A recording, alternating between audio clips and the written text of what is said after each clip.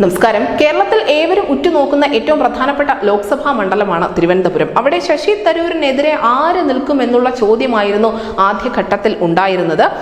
അവിടെയാണ് BJP കരുത്തനായ സ്ഥാനാർത്ഥിയും കേന്ദ്രമന്ത്രിയുമായ രാജീവ് ചന്ദ്രശേഖറിനെ കളത്തിലിറക്കുന്നത്.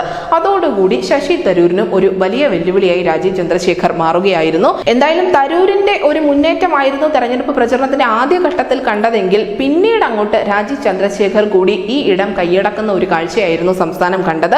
കോൺഗ്രസിന്റെ സർവേകൾ പ്രകാരം പ്രചരണം തുടങ്ങുമ്പോൾ ഈ രാജീവ് ചന്ദ്രശേഖറും അതിനോടൊപ്പം തന്നെ ശശി തരൂരും തമ്മിലുള്ള ഒരു വ്യത്യാസം, ജനപ്രീതിയിൽ അടക്കമുള്ള വ്യത്യാസം എന്ന് പറയുന്നത് 10% പക്ഷേ പ്രചരണം അതിന്റെ മധ്യഭാഗം പിന്നിടുമ്പോൾ ഇരുവരും തമ്മിലുള്ള വ്യത്യാസം എന്ന് പറയുന്നത് വെറും 2% മാത്രമാണ്. അങ്ങനെ ആ 2%ത്തിലേക്ക് ഇത് പിടിച്ചു കെട്ടാൻ സാധിച്ചത് തീർച്ചയായും BJPയുടെ മിടുക്ക് തന്നെയാണ്. BJP അത്ര കണ്ട് പ്രചരണ രംഗത്ത് സജീവമായി തന്നെ തിരുവനന്തപുരത്ത് നിറഞ്ഞു നിൽക്കുന്നുണ്ട്. നമുക്കറിയാം, അവിടെ രാജീവ് ചന്ദ്രശേഖർ ജനങ്ങൾക്ക് നൽകിക്കൊണ്ടിരിക്കുന്നത് വെറും വാഗ്ദാനങ്ങൾ മാത്രമല്ല, മറിച്ച് അദ്ദേഹം ഇപ്പോൾ തന്നെ ഫലപ്രദമായ ചില ഇടപെടലുകൾ പല മേഖലയിലും, പ്രത്യേകിച്ച് തീരദേശ മേഖലയിൽ ഉൾപ്പെടെ നടത്തി കഴിഞ്ഞിട്ടുണ്ട്. രാജീവ് ചന്ദ്രശേഖറിന്റെ നഗരമേഖലയിൽ മാത്രമല്ല, മറിച്ച് ഗ്രാമീണ മേഖലകളിൽ കൂടി ജനപ്രീതി ഉയരുന്നുണ്ട് എന്ന ഒരു ഘടകവും BJPക്ക് നൽകുന്ന ആത്മവിശ്വാസം ചെറുതല്ല.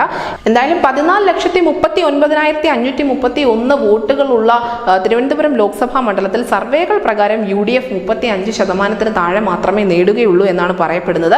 അതേസമയം 33% വോട്ടുകൾ രാജീവ് ചന്ദ്രശേഖർ നേടും എന്നുകൂടി പറയുന്നുണ്ട്. തീരദേശ മേഖല, അതിനോടൊപ്പം തന്നെ മറ്റ് ന്യൂനപക്ഷങ്ങൾക്കിടയിലേക്ക് ഇതിനിടയിൽ രാജീവ് ചന്ദ്രശേഖറിന് കടന്നു കയറാൻ സാധിച്ചിട്ടുണ്ട്. അതുകൊണ്ട് തന്നെ വരും ദിവസങ്ങളിൽ ഈ വോട്ട് ശതമാനത്തിലും കാര്യമായ വ്യത്യാസം ഉണ്ടാകുമെന്ന് തന്നെയാണ് BJP പ്രതീക്ഷിക്കുന്നത്. എന്തായാലും അവസാന ലാപ്പിലേക്ക് തെരഞ്ഞെടുപ്പ് പ്രചരണം ഉൾപ്പെടെ എത്തുമ്പോൾ അവിടെ പ്രവചനാതീതമായ ഒരു മത്സരം തന്നെയായിരിക്കും നടക്കാൻ പോകുന്നത് എന്നാണ് വിലയിരുത്തപ്പെടുന്നത്.